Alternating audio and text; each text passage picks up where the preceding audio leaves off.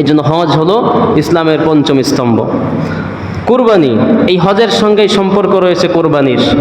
এই কুরবানি একটি অত্যন্ত গুরুত্বপূর্ণ এবং অর্থবহ ইবাদত, যে ইবাদতটি পৃথিবীর শুরুলগ্ন থেকে পৃথিবীর আদি মাতা আদি মানব হযরত আদম আলাইহিস সালাম তার জামানা থেকেই, অর্থাৎ পৃথিবীর মানব সৃষ্টির ইতিহাসের শুরু থেকেই এই কুরবানির মতো একটি মহৎ ইবাদত আল্লাহর সঙ্গে এটা সম্পর্কিত করে বান্দাকে আল্লাহর সঙ্গে সম্পর্ক তৈরি করে দেয়। এই ইবাদত হচ্ছে কুরবানি। এই কুরবানি বাবা আদম আলাইহিস সালামের সন্তানরা করেছিলেন। পবিত্র কোরআন তার ইতিহাস বহন করছে। পবিত্র কোরআনুল কারীমে আল্লাহ সুবহানাহু ওয়া তাআলা কুরবানির আদি ইতিহাস, প্রথম ইতিহাস টেনে তুলেছেন। আল্লাহ পাক বলছেন, হযরত আদম আলাইহিস সালামের দুই সন্তান হাবিল আর কাবিল, তাদের ঘটনা আমরা কিছু হলেও অনেকেই জানি, যে তারা একটি বোনকে বিবাহ করবার জন্যে দুই ভাইয়ের মধ্যে যখন দ্বন্দ্ব বেঁধে গেল, ছোট ভাই বলছে আমি বিবাহ করব আকলিমাকে, বড় ভাই বলছে যে না আমি বিবাহ করব। যখন দুই ভাইয়ের মধ্যে এক বোনকে বিবাহ করবার এই যুদ্ধ লেগে গেল, তখন সুন্দর একটি সমাধান আল্লাহ রাব্বুল আলামিন হযরত আদম নবীর মাধ্যমে তাদেরকে এই সমাধানের একটি পদ্ধতি বলে দেওয়া হলো। সেই সমাধান কি? কুরবানি করো। এই কুরবানি যার কবুল হবে সে বিবাহ করতে পারবে আকলিমাকে, আর যার কুরবানি কবুল হবে না সে আকলিমাকে পাবে না। এই পদ্ধতি যখন আল্লাহ সুবহানাহু ওয়া তাআলা বললেন, সেই বিষয়টি কোরআনের মধ্যে আল্লাহ পাক কোট করে শোনাচ্ছেন। আল্লাহ পাক বলছেন, ওয়াতলু আলাইহিম নাবা আবনাই আদম বিল হাক্কি ইয কাররাবা কুরবানান ফাতুকবিলা মিন আহাদিহিমা ওয়া লাম ইউতাকাব্বাল মিনাল আখার। কুরবানির আদি ইতিহাস আল্লাহ বলছেন, ওয়াতলু আলাইহিম নাবা আবনাই আদম বিল হক। হে রাসূল, আপনি আপনার সাহাবীদেরকে, দুনিয়াবাসীদেরকে আদম নবীর সন্তানদের সেই ইতিহাস আপনি বর্ণনা করুন, তাদের ঘটনা বর্ণনা করুন। কি ঘটনা ঘটেছিল সেদিন? ইদ কররাবা কুরবানান, যখন তারা উভয়ই হাবিল আর কাবিল দুই ভাই যখন কুরবানির ব্যবস্থা করলেন, ইদ কররাবা কুরবানান ফাতুকবিলা মিন আহাদিহিমা, এক ভাইয়ের কুরবানি কবুল হলো, অন্য ভাইয়ের কুরবানি কবুল হলো না। এক ভাই একটি সুন্দর দুম্বা তিনি কুরবানির জন্য পাহাড়ের চূড়ায় রেখে আসলেন। আকাশ থেকে একটি আগুনের তাজাল্লি এসে, আগুনের খণ্ড এসে ওই পশুটিকে ঝলসে দিল, পুড়িয়ে দিল। কুরবানির পদ্ধতি ছিল যে এই কুরবানিকৃত বস্তু পাহাড়ে রেখে আসতে হবে।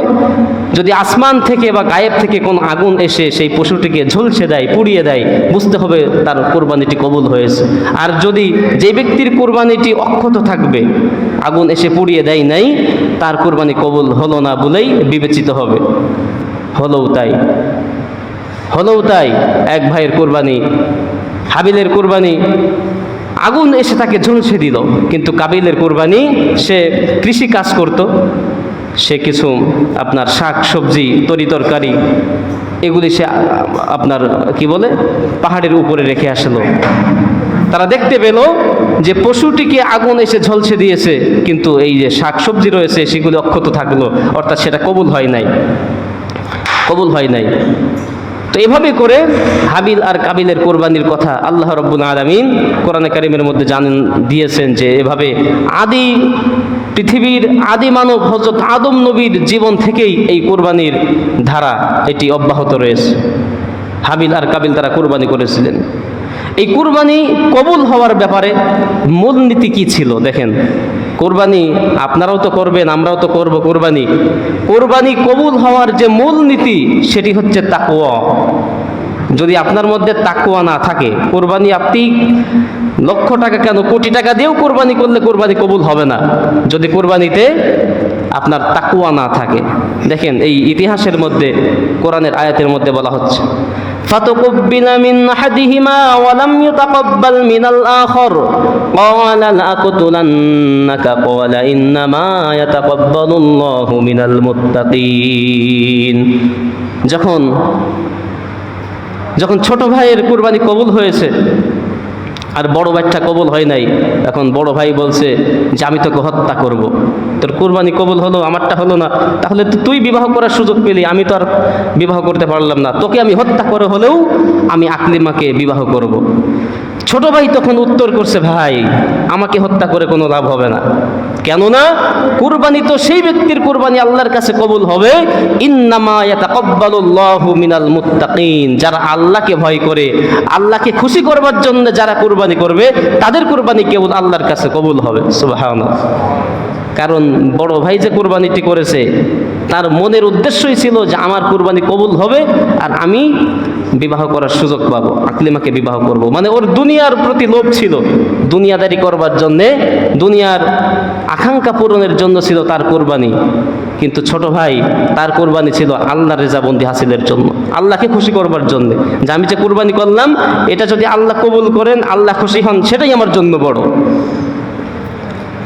আজও দেখবেন কত মানুষ যারা কুরবানির জন্য বড় বড় পশু কিনবে, এখানে সেখানে প্রচার করবে, অনলাইনে প্রচার করবে, এত টাকার গরু কেনা হলো, কুরবানি দেওয়া হলো, এখানে কুরবানি দিলাম, সেখানে কুরবানি দিলাম, এতিমখানায় কুরবানির ভাগ দিলাম, এগুলি প্রচার করবে।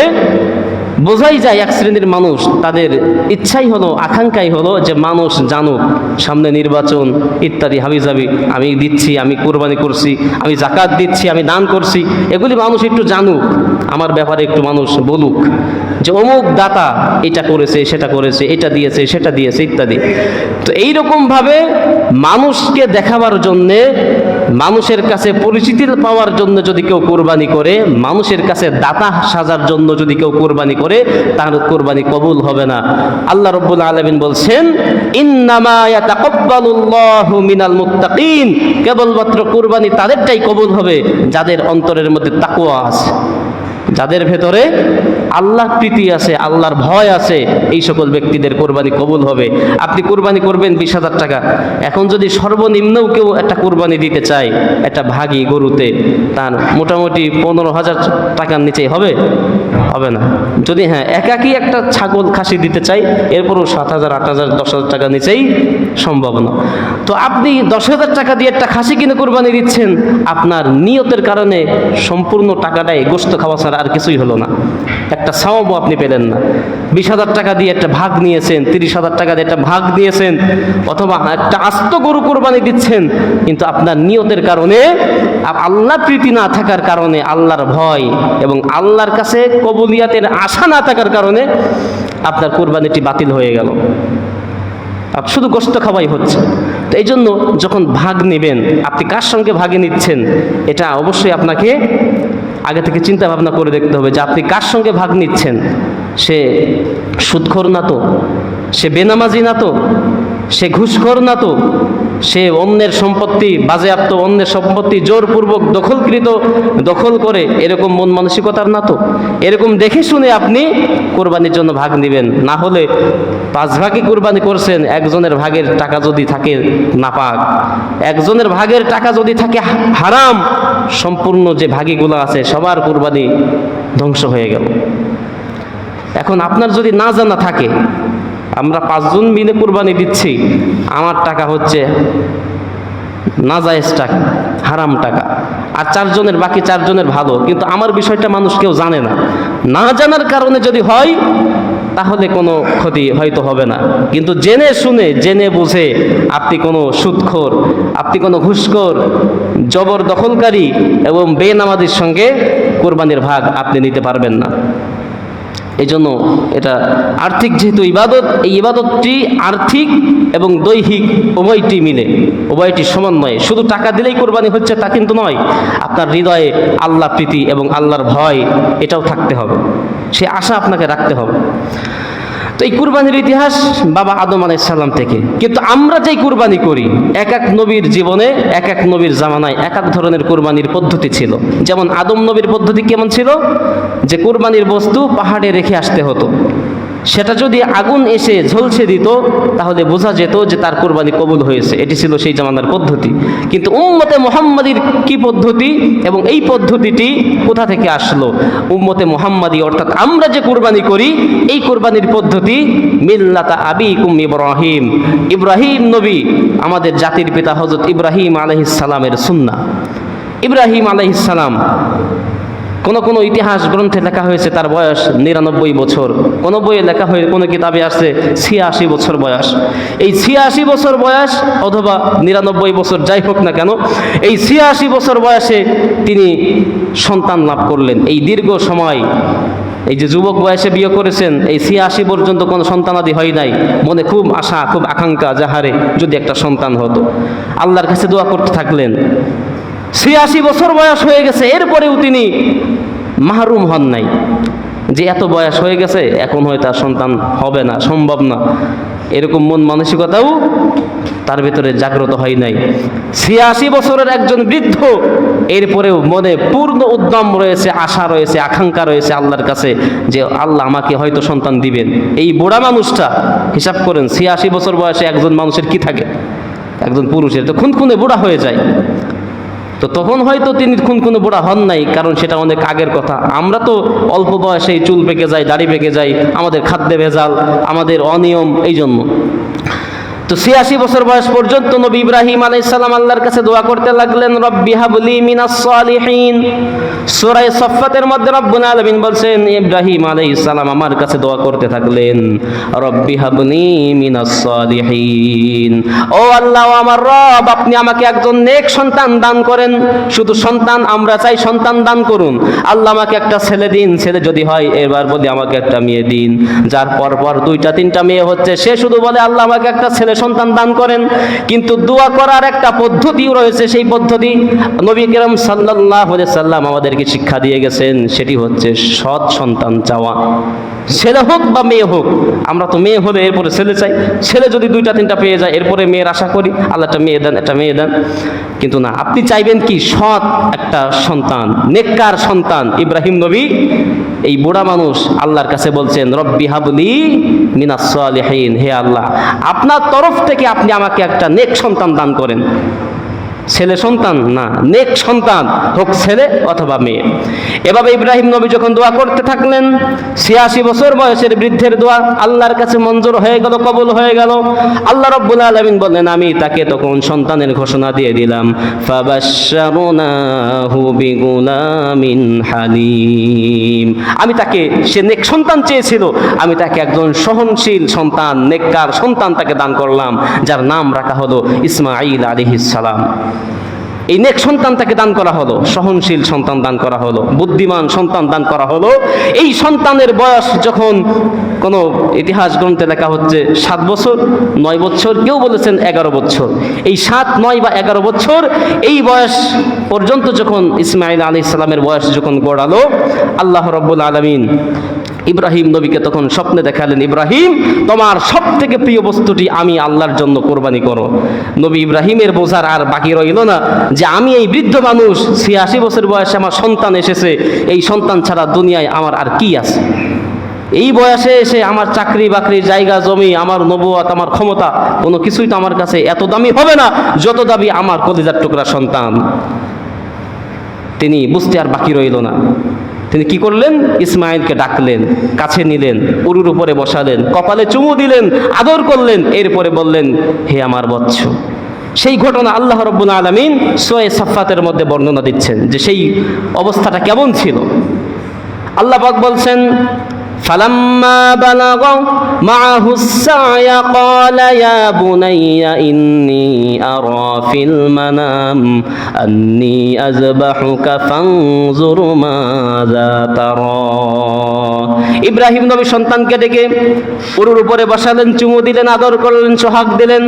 এবার সন্তানকে ডেকে বলছেন, সন্তান, ইয়া বুনাইয়া, হে আমার কলিজার টুকরা সন্তান, নয়নের মণি, ইন্নী আরা ফিল মানাম, আমি স্বপ্নে দেখেছি, আযবাহুকা ফানজুর মাযা তারা, আমি স্বপ্নে দেখেছি তোমাকে আমি জবেহ করতেছি, কুরবানি করতেছি। ফানজুর, তুমি চিন্তা ফিকির করে দেখো, মাযা তারা, তোমার অভিমত কি, তুমি তোমার অভিমত আমাকে জানাও। সন্তানকে বলছে যে তোমাকে জবাই করা হবে আল্লাহর জন্য, এখন তুমি কি রাজি আছো, তোমার কি অভিমত? সন্তান যদি বলতো যে আমি কুরবানি হতে রাজি নই, আমাকে আপনি জবাই করেন না, এই কথা বললে কি ইব্রাহিম নবী জবাই করতেন? করতেন অবশ্যই।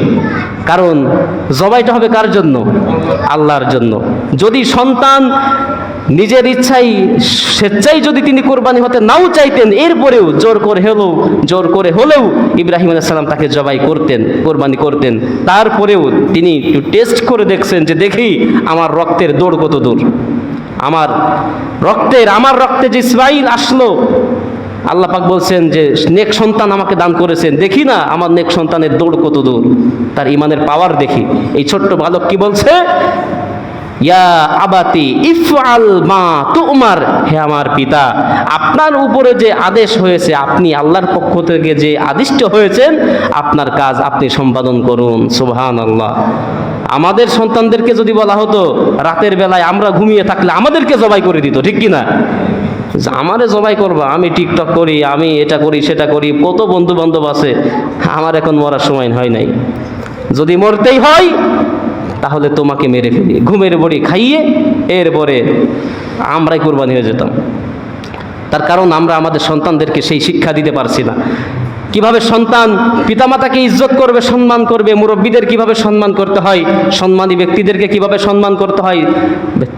স্কুল কলেজের স্যারদেরকে আগে তো আমাদের বা আপনারা যারা আছেন মুরব্বীরা, আমরা অনেক সম্মান করেছি, এখনো করি, আপনারাও করেছেন। আর এখনকার স্কুল কলেজের ছাত্ররা স্যারদেরকে জুতা পিটা করে, স্যারদেরকে সাইকেল ধরে, স্যারদের গাড়ি আটকিয়ে স্যারদেরকে এরপরে উত্তম মাধ্যম দেয় যে আমারে তুমি নকল করতে দাও নাই মিয়া, এভাবে করে। তো এখন তো আমরা সন্তানদেরকে আদব শিক্ষা দিতে পারি না, আদব শিক্ষা দিতে পারি না, এটা আমাদের ব্যর্থতা। দিন শিক্ষা দিতে পারি না, ব্যর্থতা। আপনি ঠিকই নামাজে আসছেন, আপনার ছেলেকে হয়তো বলেছেন এই আব্দুর রহিম চল নামাজে, ছেলে হয়তো মোবাইল টিপেই যাচ্ছে, কানের ভিতর ইয়ারফোন ঢুকিয়ে ও গান শুনেই যাচ্ছে, ওর মতো ও কাজ করেই যাচ্ছে, আপনার কথা ডোন্ট কেয়ার। আমরা আমাদের সন্তানদেরকে কিন্তু দিনই শিক্ষা এভাবে দিতে পারছি না। কিন্তু ইব্রাহিম নবীর অবস্থা একবার লক্ষ্য করুন, সন্তানকে বলছে বাবা তোমাকে তো কুরবানি করা হবে, জবাই করা হবে, গলায় ছুরি চালানো হবে। তিনি বিন্দুমাত্র বিচলিত তো হলেনই না, তিনি হাসি মুখে খুশি মনে পিতাকে বলছেন ইয়া আবাতি ইফআল মা তুমার, আপনি যে কুরবানির জন্য আদিষ্ট হয়েছেন আপনার কাজ আপনি করেন, সাতাজিদুনি ইনশাআল্লাহু মিনাস সাবিরিন, অচিরেই আল্লাহ যদি চায় তাহলে আমাকে আপনি ধৈর্যশীলদের অন্তর্ভুক্ত পাবেন। সুবহানাল্লাহ। মানে আমি ছুটাছুটি করব না, লাফালাফিও করব না, আপনার কাছে কান্নাকাটিও করব না যে আমাকে ছেড়ে দেন, আমাকে জবাই করেন না, এরকম অনুনয় বিনয় করব না, আপনি আমাকে যেভাবে জবাই করবেন আমি প্রস্তুত। আল্লাহ পাক খুশি হয়ে গেলেন। কি হলেন? আল্লাহ পাক খুশি হয়ে গেলেন যখন সন্তানকে নিয়ে মায়ের কাছ থেকে বিদায় নিয়ে, মাকে জানানো হয় নাই, কারণ মাকে জানালে তো সর্বনাশ হয়ে যাবে, কারণ নারীর মন খুব নরম, আর সেখানে যদি মায়ের প্রশ্ন আসে সেটা তো দুনিয়া মানে উতাল পাতাল হয়ে যাবে। মাকে জানানো হলো না, সন্তানকে সুন্দরভাবে পরিষ্কার পরিচ্ছন্ন করে নিয়ে যাওয়া হলো মিনার প্রান্তরে। যারা হাজী সাহেবেরা এই যে এখন মিনার প্রান্তরে যাচ্ছে, মিনা মুজদালিফায় থাকবেন, তো সেখানে যখন নিয়ে যাওয়া হলো, শয়তান বারবার পেছন থেকে ইসমাইলকে একবার ধোঁকা দিচ্ছে, ইসমাইল তুমি কি জানো তোমাকে তো এখন জবাই করা হবে, তোমার ধর থেকে কল্লাটা আলাদা করা হবে, দুনিয়ার স্বাদ আহ্লাদ সব কিছু তোমার শেষ হয়ে যাবে। এভাবে বিভিন্নভাবে তাকে ধোঁকা দিচ্ছিল। আর ইব্রাহিম নবী, ইসমাইল নবী সেখান থেকে পাথর কঙ্কর তুলে শয়তানকে আঘাত করতেছিল। সেখানে আজকে যে হাজী সাহেবেরা যারা যান পাথর নিক্ষেপ করে, 3টি পিলার 3 জায়গায় রয়েছে, এই পিলারে পাথর নিক্ষেপ করার মধ্য দিয়ে নবী ইব্রাহিম আলাইহিস সালামের ওই অনুকরণটা পালন করা হয়। আল্লাহ পাক কিয়ামত পর্যন্ত এই যে সাফা মারওয়ায় সাই করা হয়, দৌড়ানো হয়, এই সাই করা, পাথর নিক্ষেপ করা, এই সব কাজ হচ্ছে ইব্রাহিম এবং ইসমাঈল আলাইহিস সালামের স্মরণে করা হয়। তো তাকে যখন জবাই করার জন্য শোয়ানো হবে, সেই পরিস্থিতি, সেই অবস্থাটা কেমন ছিল লক্ষ্য করেন। আল্লাহ বলছেন ফালাম্মা আসলামা ওয়া তাল্লাহু লিল জাবিন ওয়া নাদাইনাহু আইয়া ইব্রাহিম। ইসমাঈলকে জবাই করার জন্য যখন জমিনের উপরে চিৎ করে শোয়ানো হলো, ওয়ানাদাইনাহু আইয়া ইব্রাহিম, আমি তখন ইব্রাহিমকে ডেকে বললাম, ইয়া ইব্রাহিম, হে ইব্রাহিম, কদ সাদ্দাকতার রুয়া ইন্না কাযালিকা নাজজিল মুহসিনিন, তুমি তো স্বপ্নে দেখেছিলে, তুমি স্বপ্নে দেখেছিলে সন্তান কুরবানির, আজকে তুমি বাস্তবে এই সন্তানকে কুরবানি করে দিচ্ছ। ও ইব্রাহিম, না না, তোমার কুরবানি করার দরকার নাই। ইন্না কাযালিকা নাজজিল মুহসিনিন। জিবরাইল আলাইহিস সালাম আল্লাহর কাছে আরজ করছেন, আল্লাহ, এটা আবার কেমন পরীক্ষা তোমার, যে পিতার হাতে সন্তান কুরবানি হবে, তারপরে ওই বৃদ্ধ বয়সে একটা সন্তান হয়েছে, এই সন্তান বৃদ্ধ মানুষ। আল্লাহ বলছেন, জিবরাইল তুমি থামো, তার হৃদয়ে আল্লাহ প্রীতি, আমি আল্লাহর ভয়, আমার মহব্বত কতটুকু না আছে, কারণ তাকে তো জাতির পিতা বানাবো। কি বানাবো? জাতির পিতা বানাবো ইব্রাহিমকে। দেখি না ইব্রাহিমের ইমানের পাওয়ার কতটুকু। শেষ পর্যন্ত ইব্রাহিম নবী খেলতে থাকলেন, তিনি পরীক্ষায় উত্তীর্ণ হলেন। যখন জবাই করবেন এমন সময় আল্লাহ পাক ডেকে বললেন, ইয়া ইব্রাহিম কদ সাদ্দাকতার রুয়া, তুমি তো স্বপ্ন দেখেছিলে জবাইয়ের, আজকে তুমি তো বাস্তবেই রূপ দিয়ে দিচ্ছ। না না, তখন আল্লাহ পাক জিব্রাইলকে বললেন, জিব্রিল জান্নাতে যাও, ওই যে হাবিলের রাখা যেই দুম্বাটি, তিনি ওই যে আদম নবীর সন্তান যে কুরবানি করেছিলেন, ওই কুরবানি তো এখনো অক্ষতই আছে, ওই দুম্বাটি এখনই নিয়ে যাও। সঙ্গে সঙ্গে জিব্রিল আমিন জান্নাত থেকে ওই দুম্বাটি নিয়ে প্রথম আসমানে আসলেন। এসে তিনি আল্লাহু আকবার, আল্লাহু আকবার দুইটা ধ্বনি দিলেন। ধ্বনি দেওয়ার সঙ্গে সঙ্গে ইব্রাহিম নবী যখন এই ছুরি চালাচ্ছেন, তখন তিনি উপর দিকে তাকালেন, দেখলেন ফেরেশতা জিবরিল আমিন উনি আসতেছেন। এটা দেখে উনি আবার বললেন, লা ইলাহা ইল্লাল্লাহু আল্লাহু আকবার, আল্লাহু আকবার ওয়ালিল্লাহিল হামদ। ফেরেশতা জিবরিল এবং এদিকে ইব্রাহিম নবী আলাইহিস সালাম এবং ইসমাঈল আলাইহিস সালাম, এই তিনজনে মিলে এই বাক্য যখন বললেন তাদের জবানে, আল্লাহু আকবার, আল্লাহু আকবার, লা ইলাহা ইল্লাল্লাহু আল্লাহু আকবার, আল্লাহু আকবার ওয়ালিল্লাহিল হামদ, এটা এর নাম হচ্ছে তাকবীরে তাশরিক। এই দোয়াটি কিন্তু হজের মৌসুমে আমাদের পড়তে হয়। হজের মৌসুমে সবাইকেই ফরজ নামাজের পরেই সালাম ফিরিয়ে এই দোয়াটি আমাদের পড়তে হয়। এই দোয়াটি আসলো কোথা থেকে? ওই সেখান থেকে। এদিকে জবে করবেন আর ওদিকে জিবরিল আমিন ইব্রাহিম নবীর জবেহের কাজটা স্থগিত করার জন্য, থামিয়ে দেওয়ার জন্য, ছুরি চালানো বন্ধ করার জন্য তিনি ওখান থেকে আল্লাহু আকবার, আল্লাহু আকবার ধ্বনি দিলেন, যাতে ছুরি চালানো বন্ধ হয়, আমার দিকে ইব্রাহিম নবী খেয়াল করেন, তাহলে তো আর জবাই হবে না। তো এইভাবে করে আল্লাহ রাব্বুল আলামিন ইসমাঈল নবীর জবেহটা তিনি ওখানেই সমাপ্ত করে দিলেন। এরপরে ওই দুম্বা আনা হলো, ওই দুম্বাটি জবেহ করে আল্লাহ রাব্বুল আলামিন আল্লাহর শুকর আদায় করা হলো। তো এই যে সন্তানকে কিভাবে গড়ে তুললে পরে একজন সন্তান সে আল্লাহর কাছে আল্লাহর জন্য কুরবানি হতে, জবেহ হতে প্রস্তুত হয়, হিসাব করেন। যেই সন্তানকে আমরা একক তো নামাজে আনতে পারি না, যেই সন্তানকে আমরা সৎপথে পরিচালিতই করতে পারি না, সেই সন্তানকে কুরবানি করে দিচ্ছে, তাহলে সন্তানকে কিভাবে তিনি গড়ে তুলেছিলেন? আমরাও যারা পিতা, আমাদের উচিত, আপনাদের উচিত সন্তানকে এভাবে গড়ে তোলা যে দিনের জন্য, ইসলামের জন্য, আল্লাহ এবং রাসূলের জন্য তাকে যে পথে নেওয়া হবে, যে কাজের জন্য বলা হবে, তারা যেন সদা সর্বদা প্রস্তুত থাকে। এই পিতা হলে সেভাবেই হওয়া আমাদের দরকার, যেভাবে ইব্রাহিম আলাইহিস সালাম হয়েছে। প্রিয় ভাইরা, তো এই জন্য কুরবানি আপনি করবেন, কুরবানির ইতিহাস হলো এটা। আর কুরবানি করবেন কাদের সঙ্গে? কোনো ঘুষখোর, সুদখোর, যাদের 2 নম্বরই টাকা পয়সা আছে, এই ধরনের মানুষদের সঙ্গে কুরবানির ভাগ নিবেন না। বেনামাজির সঙ্গে কুরবানির ভাগ নিবেন না। কুরবানি করবেন, আল্লাহ রাব্বুল আলামিন তার হাবিবকে বলছেন, হাবিব ফাসাল্লি লিরাব্বিকা ওয়ানহার, সূরা কাউসার পারেন না আপনারা? কি বলা হচ্ছে সেখানে? আল্লাহ বলছেন, ইন্না আতাইনাকাল কাউসার ফাসাল্লি লিরাব্বিকা ওয়ানহার ইন্না শানিআকা হুয়াল আবতার। ফাসাল্লি লিরাব্বিকা ওয়ানহার, হে রাসূল, আমি আপনাকে ইন্না আতাইনাকাল কাউসার, আপনাকে আমি হাউজে কাউসার দান করেছি। হাউজে কাউসার কি, এর বিশদ বিবরণ রয়েছে, যা বলা এখন সম্ভব না। হাউজে কাউসার হচ্ছে কিয়ামতের দিনের জন্য সর্বোচ্চ সম্মানের স্থান, সর্বোচ্চ পাওয়ার, সর্বোচ্চ সম্মানের স্থান হচ্ছে হাউজে কাউসার হাসরের ময়দানের জন্য। সেই হাউজে কাউসার অর্থাৎ সর্বোচ্চ সম্মানের চাবিকাঠি আমি আল্লাহ আপনাকে দান করলাম। সুতরাং আপনিও আমার জন্য কিছু করেন। কি করবেন?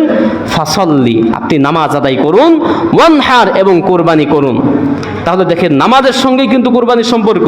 একজন বেনামাজি কুরবানি করবে, তার মানে হচ্ছে সে লুঙ্গি খুলে পাগড়ি বাঁধলো। ডক্টর আব্দুল্লাহ জাহাঙ্গীর রহমতুল্লাহ আলাই উনি এই বিষয়টি খুব বলতেন যে বেনামাজি যদি কুরবানি করে তাহলে তার অবস্থা যেন এরকম, হ্যাঁ নিয়ে আসতে বলো, নিয়ে আসতে বলো, ঘর খোলা আছে। কোনো বেনামাজি যদি কোরবানি করে তার অবস্থা হলো এই যে লুঙ্গি খুলে পাগড়ি বাঁধার মতো। না থাক। তো এই জন্য যারা কোরবানি করবেন কিন্তু নামাজ পড়েন না নিয়মিত, আপনি নামাজি হন, কারণ আপনার কোরবানি তো হবে না ভাই, শুধু গোশত খাওয়া হবে, কোরবানি তো কবুল হবে না, গোশত খাওয়াটাই হবে। আর আপনারা যারা ভাগ নেবেন একটু দেখে শুনে ভাগ নেবেন, কোনো বেনামাজির সঙ্গে ভাগ আপনি নেবেন না, কারণ বেনামাজি হচ্ছে ফাসেক। যে ব্যক্তি নামাজ আদায় করে না সে হচ্ছে ফাসেক, সে মুসলমান থাকে নামমাত্র মুসলমান, নামমাত্র মুসলমান। এই জন্য আমার ভাইরা, আল্লাহ পাক বলছেন যে আল্লাহর কাছে তোমরা যে কোরবানিটি করো এই কোরবানির গোশত আল্লাহ সহ ফেরেশতারা রান্না বান্না করে খায় নাকি? নাউজুবিল্লাহ মিন যালিক। এই গোশত হাড্ডি কিছুই আল্লাহ পর্যন্ত পৌঁছায় না। পৌঁছায় কি? তোমাদের হৃদয়ের ভিতরে অন্তরে যে আল্লাহ ভীতি এবং আল্লাহ প্রীতি রয়েছে এইটাই আল্লাহর কাছে পৌঁছায়। আল্লাহ পাক বলছেন লা ইয়ানালাল্লাহা লুহুমুহা ওয়ালা দিমাউহা ওয়ালাকিন ইয়ানালুহুত তাকওয়া মিনকুম। ও বান্দা, তুমি যে কোরবানি করো এই কোরবানি পশুর, কোরবানিকৃত পশুর গোশত আমার কাছে পৌঁছায় না। এই কোরবানিকৃত পশুর রক্ত, তার হাড্ডি, তার পশম কোনো কিছুই আমার কাছে পৌঁছায় না বান্দা। ওয়ালাকিন ইয়ানালুহুত তাকওয়া মিনকুম, তোমার হৃদয়ের মধ্যে যে আল্লাহ ভীতি আল্লাহ প্রীতি রয়েছে এটি আমার কাছে পৌঁছায়। তো কে কতটুকুন আল্লাহকে রাজি খুশি করবার জন্য আমরা কোরবানি করি এই চিন্তা ভাবনাটাই মূলত আল্লাহর কাছে পৌঁছায়, আর গোশত তো সব আমরাই খাই। তো এই জন্য কোরবানি অনেকে আবার বিভিন্ন ঋণ দেনার দোহাই দিয়ে কোরবানি করে না, যে এই আছে সেই আছে কোরবানি করব। কোরবানি কিন্তু একটি গুরুত্বপূর্ণ ইবাদত, যেটি হযরত আদম নবী থেকেই শুরু হয়েছে, কিয়ামত পর্যন্ত বিদ্যমান থাকবে। এই কোরবানির খুব বেশি টাকা থাকা লাগে না। যাকাতের জন্য একটা নির্দিষ্ট মেয়াদ আছে, 1 বছর, চন্দ্র বছরের একটা বছর তার কাছে নেশাব পরিমাণ সম্পদ থাকা লাগে। নেশাব পরিমাণ সম্পদের বর্তমান বাজার খুব বেশি না, বর্তমান বাজার খুব বেশি না, হয়তো 90-92 হাজার টাকা নেশাব পরিমাণ সম্পদের, এই বর্তমান 2024 সালে। এই 90-92 হাজার টাকা যদি আপনার কাছে 3 দিন, আপনার 9, 10, 11, 10, 11, 12 এই 3 দিন, 10 জিলহজ, 11 জিলহজ, 12 জিলহজ, এই 3 দিন যদি আপনার কাছে মোটামুটি এই 90-92 হাজার টাকা বা লাখখানিক টাকা যদি থাকে, তাহলে আপনার উপরে কোরবানি ফরজ, আপনার উপরে কোরবানি ওয়াজিব, আপনাকে কোরবানি করতে হবে। তো এই মানে আপনার যাবতীয় খরচ খরচা বাদে, যাবতীয় খরচ খরচা বাদে যদি মোটামুটি 92 থেকে 1 লাখ টাকা মতো থাকে আপনার এই 3 দিন, এই 3 দিন যদি থাকে আপনার উপরে কোরবানি ওয়াজিব, আপনাকে কোরবানি দিতে হবে। তো 92 হাজার টাকা থেকে আপনি 30 হাজার টাকার ভাগ নেবেন, এটা দরকার নাই, তাহলে তো আপনার সব টাকায় চলে গেল। আপনার যেরকম আছে সেরকম দেন। 92 হাজার টাকা যদি আপনি 7,000, 10,000 টাকা দিয়ে একটা খাসি কিনে কোরবানি দেন, খুব বেশি টাকা খরচ হয় না। আর খরচ কম হলো বা বেশি হলো এটা তো আমাদের দেখার নয়, আমাদের দেখার হলো যেহেতু আমার আপনার উপরে কুরবানি ওয়াজিব হয়েছে, আপনাকে এই ওয়াজিবকৃত বিধান আদায় করে দিতে হবে। তো এই জন্য বিষয়টি একটু খেয়াল রাখবেন। এই 3 দিন যদি কারোর কাছে মোটামুটি এই লাখখানিক টাকা, 92 হাজার টাকার একটা হিসাব আছে, এই টাকা যদি এই 3 দিন থাকে, 10 জিলহজ, 11 এবং 12 জিলহজ, এই 3 দিনের যে কোনো একদিন যদি আপনার হাতে থাকে, আপনার যাবতীয় খরচ খরচা ব্যতি রেখে, তাহলে আপনার উপরে কোরবানি ওয়াজিব হবে, আপনাকে দিতে হবে। এই বিষয়টি কিন্তু আমাদের অনেকের মধ্যেই আমরা অবহেলায় এই বিষয়টি আমরা কাটিয়ে দিই। বিষয়টা আপনারা খেয়াল রাখবেন, কারণ কোরবানির মাসে, কোরবানির দিনের সব থেকে বড় ইবাদত হচ্ছে কোরবানি করা। যেমন জুমার দিনের সব থেকে বড় ইবাদতের নাম কি? জুমার নামাজ আদায় করা। ঈদের দিনের সব থেকে বড় ইবাদতের নাম কি? ঈদের নামাজ আদায় করা। ঠিক কোরবানির দিনের সব থেকে বড় ইবাদতের নাম হচ্ছে কোরবানি আদায় করা। পশুর রক্ত জমিনে পড়ার আগেই কোরবানিদাতার কোরবানি আল্লাহর দরবারে পৌঁছে যায়। সুবহানাল্লাহ। এক নবীজি সাল্লাল্লাহু আলাইহি ওয়াসাল্লাম বলছেন, একটা পশুর শরীরে যতগুলি পশম থাকে প্রত্যেকটি পশমের বিনিময়ে আল্লাহ সুবহানাহু ওয়া তাআলা ওই বান্দার নামায় আমলে একটা করে নেকি দান করেন। সুবহানাল্লাহ। এই জন্য কোরবানি একটি মহৎ ইবাদত, একটি বিরাট ইবাদত কোরবানি। এই বিষয় থেকে আমরা কেউ যেন অবহেলা না করি। আর কোরবানি যে করবেন অনেক মাসলা মাসাইল আছে, কিভাবে এর সব গোশত বন্টন করা হবে, এই প্রত্যেকটি বিষয় একটু জেনে বুঝে, সমাজে কি নিয়ম প্রচলিত রয়েছে, সমাজের নিয়ম আপনি ফেলে দেন। সমাজে অনেক ইসলাম বিরোধী, হাদিস বিরোধী, মাসআলা বিরোধী নিয়ম থাকতে পারে, আপনি কেন সমাজ নিয়ে পড়ে থাকবেন? ইসলাম কি বলে, মাসআলা কি বলে, এই বিষয়টি আপনাকে প্রাধান্য দিতে হবে আমার ভাইয়েরা। এখন আর কথা বাড়াবো না, আমাদের একটি বিশেষ